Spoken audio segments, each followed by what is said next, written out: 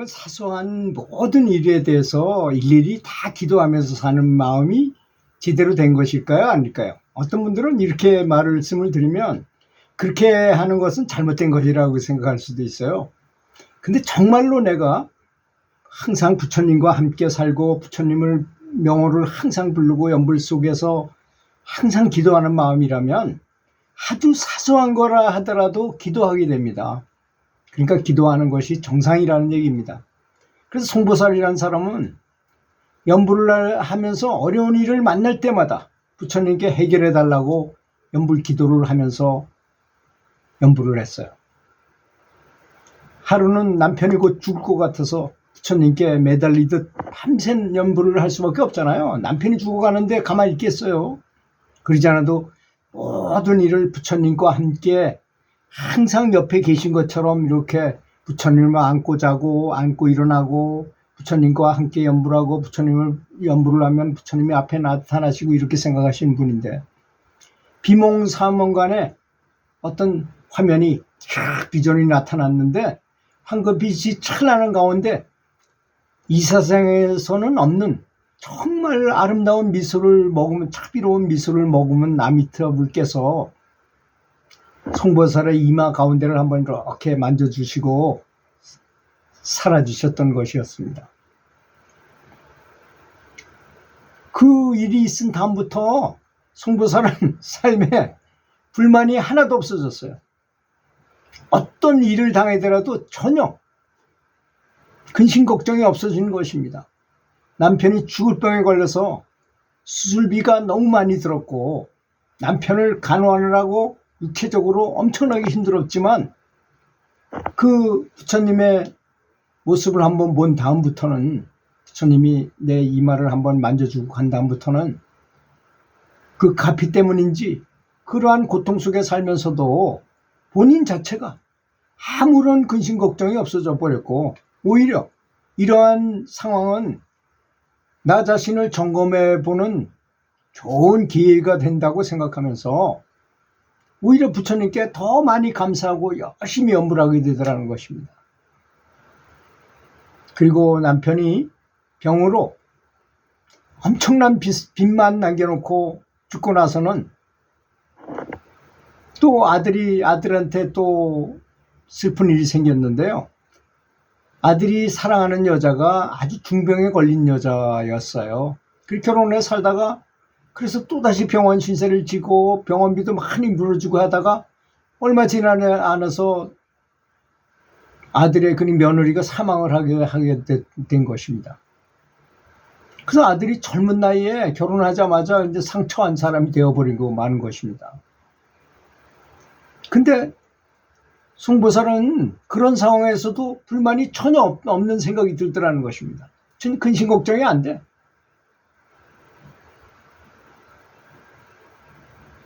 꿈속에서 부처님을 뵙고 나서부터는 늘 부처님의 인도하심을 바라면서 더욱더 열심히 연불하고 기도하는 것이 가장 좋다는 것을 직감적으로 아주 확실하게 깨달았기 때문인 것입니다.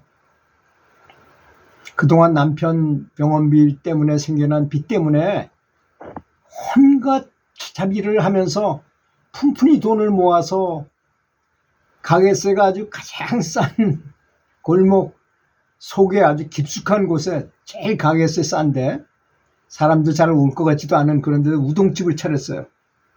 돈을 벌어야 되니까. 그 골목 깊숙한 곳에 이제 장사를 차렸으니 장사가 잘 될 리가 없잖아요. 연불을 하다가 이왕 식당 시설은 있으니 장사가 잘 안 될 때는 굶주리는 사람이라도 먹이 좀 잘 먹이는 게 좋지 않겠는가 생각해가지고 정말 자비롭게 생각하고 주변에 노숙자나 가난한 노인네들을 초청해가지고 맛있는 우동을 연불하면서 끓여서, 그러면 연불하면서 음식을 만들면요 엄청 더 맛이 좋아요. 정성을 다해서 대접을 했던 것입니다. 사실 장사가 잘 되려면 어떻게 해야 됩니까? 뭐 공짜 손님이든 아니든 손님이 많아야 되잖아요. 그죠? 이제 그런 분들을 많이 모셔다가 먹이가 되니까 하여튼 좌우지간 가게가 북적북적 하는 거야. 그래서 돈보다도 우선 손님이 많으니까. 그래서 그런지 사람들이 신금을 울리게 됐는지, 부처님의 가피를 얻고 그래서 그랬는지 점점 손님이 늘어나기 시작하더라는 것이. 또 맛도 좋거든요. 여러분 그런 것에 대해서 아시나요? 저는 그걸 확실하게 느껴요.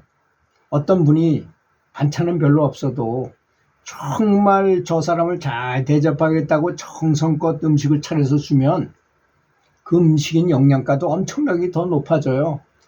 그전에는 그런 것이 그저 정성이 그러려니 했지만 퀸텀 물리학, 요즘 대유행을 하는 퀸텀 물리학으로 보면 지금 제가 얘기한 것이 미신에 불과한 얘기입니까? 생각은 그거보다 더한 물질도 창조해요. 생각이 진료가 돼가지고 무엇인가 일으키잖아요. 모든 우리가 이 세상 삼라만상들이 다 우리의 생각으로 만들어졌다는 거 아니겠습니까? 그러니까 송보살이 그렇게 연불 하면서 사람들이 잘 되길 바라고 노숙자들 모셔다가 대접하고, 또 가난한 노인네들 경로당에 가서 모셔다가 대접을 하고,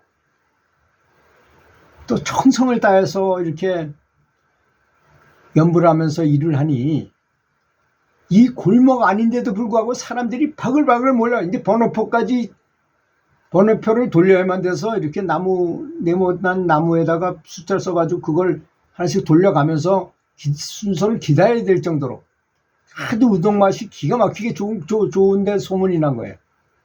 그래서 장사가 너무나 잘 되는 거예요. 그러면서 계속 연불하면서 이렇게 살았는데, 아들도 자기와 똑같은 처지에 있는 처자를 만났어요. 그 여자도 또 병에 걸린 남편과 결혼해가지고 얼마 안 있다가 죽어가서 사별한 그런 며느리를 만나가지고 둘이 결혼을 했어요. 그래서 행복한 신혼살림을 차리고,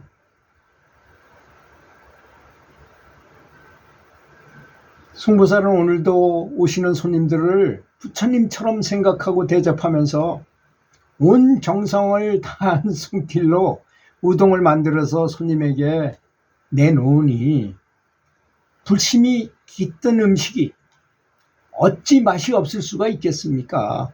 그러면서 그 아들과 며느리가 똑같은 처지니까 전혀 불평불만할 건덕지가 없잖아요. 그래서 둘이서 애도 잘 낳고, 그 아들과 며느리도 이 시어머니를 따라서 연불 열심히 하는 가족이 전체가 연불하는 집안이 되고, 장사도 잘 되고, 아들도 좋은 데 취직해가지고, 며느리도 가정에서 일 다 봐놓고 애를 보다가 가끔씩 이 시어머니가 하는 우동집에 와서 일도 해주고, 너무나 행복한 그런 삶을 살게 되었다는 것입니다.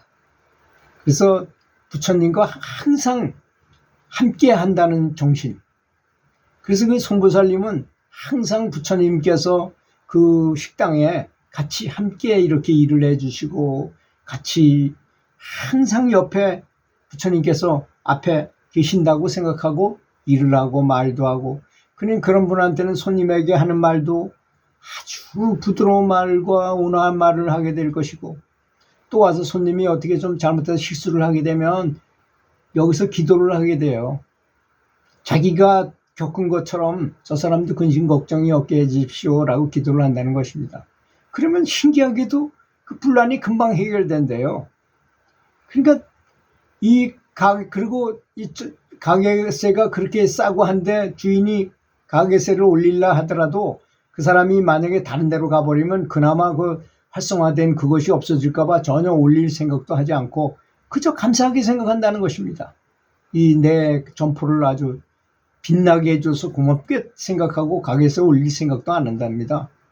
그러니까 이 송보살이 너무나 행복한 생각으로 우동집을 잘 운영하고, 절에도 가서 또는 절에 가거나 집에서 일을 하거나 법당이 전혀 필요 없는 집안 전체가 법당이 그 식당 전체, 자기가 사는 집 전체가 법당이 돼서 행복한 연부를 하고 있는 중이라는 것입니다. 들어주셔서 감사합니다.